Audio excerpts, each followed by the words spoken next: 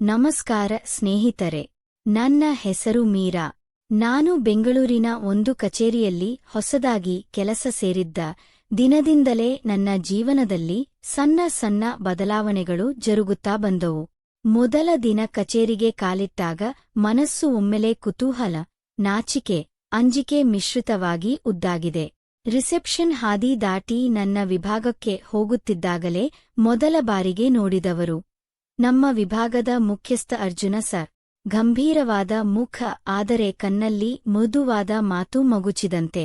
ನಾನು ಒಳಗೆ ಹೋಗುತ್ತಿದ್ದಂತೆ ಅವರು ಕುಳಿತಿದ್ದ ಜಾಗದಿಂದಲೇ ಎದ್ದು ಮೃದುವಾಗಿ, ಸ್ವಾಗತ ಮೀರಾ, ಮುಂದಿನ ಕೆಲಸಗಳಲ್ಲಿ ನಿನ್ನೆಲ್ಲರೂ ನನ್ನ ಜೊತೆಯಲ್ಲೇ ಇರುತ್ತೀಯೆ ಎಂದು ಹೇಳಿದರು. ಆ ಮಾತಿನಲ್ಲಿ ಆಜ್ಞೆಯಿಲ್ಲ, ಸ್ನೇಹ ಮಾತ್ರ.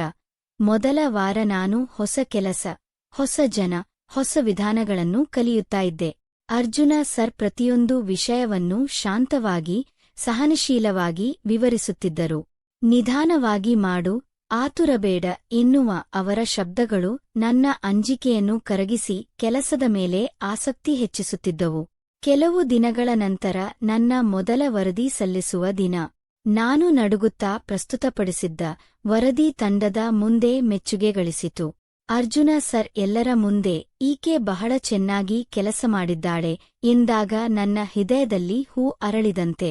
ಕಚೇರಿಯಲ್ಲಿ ಅವರೊಂದಿಗೆ ಮಾತನಾಡುವಾಗಲೆಲ್ಲ ಮೃದುವಾದ ನಗು, ಅವರ ಮಾತುಗಳಲ್ಲಿ ನನ್ನ ಬಗ್ಗೆ ಕಾಳಜಿ, ಇವೆಲ್ಲ ಹೃದಯದೊಳಗೆ ನಿಧಾನವಾಗಿ ತಿರಿಯದ ಬಿಸಿ ಹರಡುವಂತಿತ್ತು.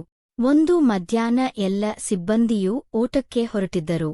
ನಾನು ಮಾತ್ರ ವರದಿ ಪೂರ್ಣಗೊಳಿಸಲು ಕುಳಿತುಕೊಂಡಿದ್ದೆ. ಕಚೇರಿಯಲ್ಲಿ ನಾನು ಮತ್ತು ಅರ್ಜುನ ಸರ್ ಮಾತ್ರ. ಅಷ್ಟು ಮೌನದಲ್ಲಿ ಕಂಪ್ಯೂಟರ್ ಕೀಲಿಗಳ ಸದ್ದು ಸಹ ಹೃದಯದ ತಾಳಿನಂತೆ ಕೇಳಿಸುತ್ತಿತ್ತು. ಅವರು ನನ್ನ ಮೇಜಿನ ಬಳಿಗೆ ಬಂದು, ಇಂದೇ ವರದಿ ಮುಗಿಸಬೇಕೇ ಎಂದು ನಿಧಾನವಾಗಿ ಕೇಳಿದರು. ನಾನು ನಗುತ್ತ ಹೌದು ಸ, ಸ್ವಲ್ಪ ಮಾತ್ರ ಬಾಕಿ ಎಂದೆ. ಅವರು ಕುಳಿತು, ಅಷ್ಟು ಒತ್ತಡ ಮಾಡಿಕೊಳ್ಳಬೇಡ, ಸ್ವಲ್ಪ ವಿಶ್ರಾಂತಿ ಕೂಡಾ ಬೇಕು ಎಂದು ಹೇಳಿದರು. ಮೌನದ ಒಂದು ಕ್ಷಣ ನಮ್ಮಿಬ್ಬರ ನಡುವೆ ಮೂಡಿತು. ನೋಟಗಳು ಒಂದೇ ಬಿಂದುವಲ್ಲಿ ಸೇರಿ ನಾಚಿಕೆ ತುಂಬಿದ ಮೃದು ಗಾಳಿ ಹರಿಯಿತು. ಅವರು ತಮ್ಮ ಟಿಫಿನ್ ಬಾಕ್ಸ್ ಮುಂದೆ ಇಟ್ಟು, ತಿನ್ನೋಣವಾ, ಹಂಚಿಕೊಂಡರೆ ರುಚಿ ದ್ವಿಗುಣವಾಗುತ್ತದೆ ಎಂದು ಹೇಳಿದರು. ನಾನು ತಲೆಬಾಗಿದ್ದು, ನಾವು 2 ಚಮಚದ ಅಂತರದಲ್ಲಿ ಊಟ ಹಂಚಿಕೊಂಡು ತಿಂದು ನಗೆತುಂಬಿಕೊಂಡೆವು. ಆ ಕ್ಷಣ ಮಾತಿಗಿಂತ ಮೌನ ಹೆಚ್ಚು ಮಾತನಾಡಿತು. ದಿನಗಳು ಹೋದಂತೆ ನನ್ನ ಮತ್ತು ಅರ್ಜುನ ಸರ್ ನಡುವಿನ ಸಂಬಂಧ ಮತ್ತಷ್ಟು ಹತ್ತಿರವಾಯಿತು. ಆದರೆ ಯಾವತ್ತೂ ಮಿತಿ, ಗೌರವ ಉಳಿದೆ. ಒಂದು ದಿನ ನನಗೆ ಜ್ವರ ಬಂದಾಗ ನಾನು ಕಚೇರಿಗೆ ಬರಲಿಲ್ಲ. ಮಧ್ಯಾಹ್ನದಲ್ಲಿ ಫೋನ್ ಆಗಿ ಆರೋಗ್ಯ ಮುಖ್ಯ, ವಿಶ್ರಾಂತಿ ತೆಗೆದುಕೋ ಎಂದು ಕೇಳಿದಾಗ ಅದರೊಳಗಿನ ಕಾಳಜಿ ನನ್ನ ಹೃದಯಕ್ಕೆ ಮೃದುವಾದ ತೇವವಂತಿತ್ತು. ಮುಂದಿನ ದಿನ ಕೆಲಸಕ್ಕೆ ಹೋದಾಗ ನನ್ನ ಮೇಜಿನ ಮೇಲೆ ಚಿಕ್ಕ ಕಾಗದ, ಸ್ವಾಸ್ಥ್ಯವಾಗಿ ಬಂದಿದ್ದಕ್ಕೆ ಸಂತೋಷ. ನೀಲಿ ಹೂವು ಕಚೇರಿಗೆ ಇಂದು ಚೆಲುವು ತಂದಿದೆ ಎಂದು ಬರೆಯಲಾಗಿತ್ತು. ಆ ನೋಟ ಲೊದಿದ ಕ್ಷಣ ಮನಸ್ಸಿನಲ್ಲಿ ನೋಡಿಸಿಕೊಳ್ಳಲಾಗದ ನಗು. ನನ್ನ ಜನ್ಮದಿನದಂದು ಯಾರಿಗೂ ಹೇಳದೆ ಕಚೇರಿಗೆ ಬಂದೆ. ಆದರೆ ಮೇಜಿನ ಮೇಲೆ ಚಿಕ್ಕ ಉಡುಗೊರೆ, ಗುಲಾಬಿ ಹೂ ಮತ್ತು ಚೀಟಿ, ಜನ್ಮದಿನದ ಶುಭಾಶಯಗಳು ಮೀರಾ. ಸದಾ ಹೀಗೆಯೇ ಹಸನಾಗಿ ನೋಡಿದ ಕ್ಷಣ ನನ್ನ ಕಣ್ಣು ನೀರಿನಿಂದ ತೇವವಾಯಿತು. ಉಳಿದ ಸಿಬ್ಬಂದಿಗಳು ಕೂಡ ಆ ಸೂಚನೆ ನೋಡಿ ಇವತ್ತು ಕೇಕ್ ಕತ್ತರಿಸುವುದು ಖಂಡಿತ ಎಂದು ಸಂಭ್ರಮಿಸಿದರು.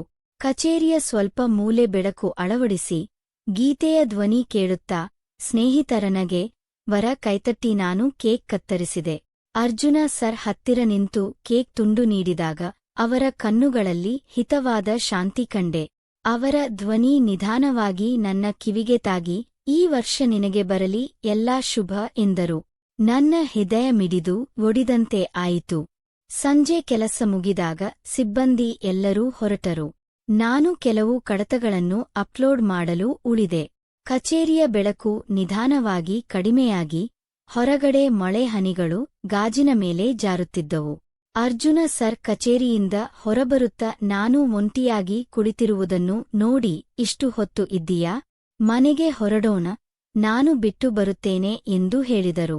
ನಾನು ಸ್ವಲ್ಪ ನಾಚಿಕೆಪಟ್ಟು ಏನಪ್ಪ ಸರ್ ಎಂದರು. ಅವರು ಹಿತದಿಂದ, ಭಯಬೇಡ, ಸ್ನೇಹದಿಂದ ಕೇಳಿದ್ದೇನೆ ಎಂದರು. ಹೊರಗೆ ಕಾರು ಹತ್ತುವಷ್ಟರಲ್ಲಿ ಮಳೆ ಬಿರುಸುಗೊಂಡಿತು. ಅವರು ಛತ್ರಿ ಹಿಡಿದು ನನ್ನ ಕಡೆ ಓಡಿ ಬಂದು ಗಾಳಿ ತಟ್ಟಿದರೆ ಜ್ವರ ಮತ್ತೆ ಬರಬಾರದು ಬಾ ಎಂದು ಮೃದುವಾಗಿ ಹೇಳಿದರು. ಎತ್ರಿಯ ಕೆಳಗೆ ನಾವಿಬ್ಬರ ಕೈಗಳು ತಪ್ಪಾಗಿ ತಗುಲಿತು. ಆ ಕ್ಷಣದಲ್ಲಿ ಮನಸ್ಸಿನೊಳಗೆ ಮೌನದ ಕಂಪನ. ಇಬ್ಬರೂ ನಗುತ್ತ ಮುಖ ತಿರುಗಿಸಿಕೊಂಡಿದ್ದರು. ಆ ಸಣ್ಣ ಸ್ಪರ್ಶ ಹೃದಯದಲ್ಲಿ ಗುರುತು. ಮನೆ ಬಾಗಿಲಿನ ಬಳಿ ಕಾರು ನಿಲ್ಲಿಸಿದಾಗ ಮಳೆ ನಿಂತಿತ್ತು. ನಾನು ಹೊರಬರುತ್ತ ಇದ್ದಾಗ ಅವರು ನಿಧಾನವಾಗಿ, ಮೀರಾ, ನಿನಗೆ ಜೊತೆ ಮಾತನಾಡಿದರೆ ದಿನ ಹಗುರವಾಗುತ್ತದೆ ಎಂದರು. ನನ್ನೊಳಗೆ ಮರುಕು, ನಾಚಿಕೆ, ಖುಷಿ ಮಿಶ್ರಿತವಾಗಿ ತೂಗಿತ್ತು. ನಾನು ಕಣ್ಣಲ್ಲಿ ನಗು ಇಟ್ಟು ನನಗೂ ಎಂದೆ. ಅವರು ನಿಧಾನವಾಗಿ ಕೈಬೀಸಿ ಶುಭರಾತ್ರಿ ಎಂದರು. ನಾನು ಮನೆಯ ಕಿಟಕಿಯಿಂದ ಅವರು ಕಾರು ದೂರವಾಗುವವರೆಗೆ ನೋಡುತ್ತ ನಿಂತಿದ್ದೆ. ಹೃದಯದೊಳಗೆ ಒಂದೇ ಮಾತು, ಇದು ಪ್ರೀತಿ ಅಲ್ಲ, ಆದರೆ ಪ್ರೀತಿ ಹುಟ್ಟುವ ಮೊದಲ ಮಿಡಿತ. ಕತೆ ಇಲ್ಲಿಗೆ ಮುಕ್ತಾಯ. ಇದೇ ರೀತಿಯ ಮೃದುವಾದ ಪ್ರೀತಿ, ಭಾವನೆ ಮತ್ತು ಕಟ್ಟಿಕೊಳ್ಳುವ ಬಾಂಧವ್ಯದ ಕತೆಗಳಿಗಾಗಿ ಚಾನೆಲ್ಗೆ ಸಬ್ಸ್ಕ್ರೈಬ್ ಮಾಡಿ. ಧನ್ಯವಾದಗಳು.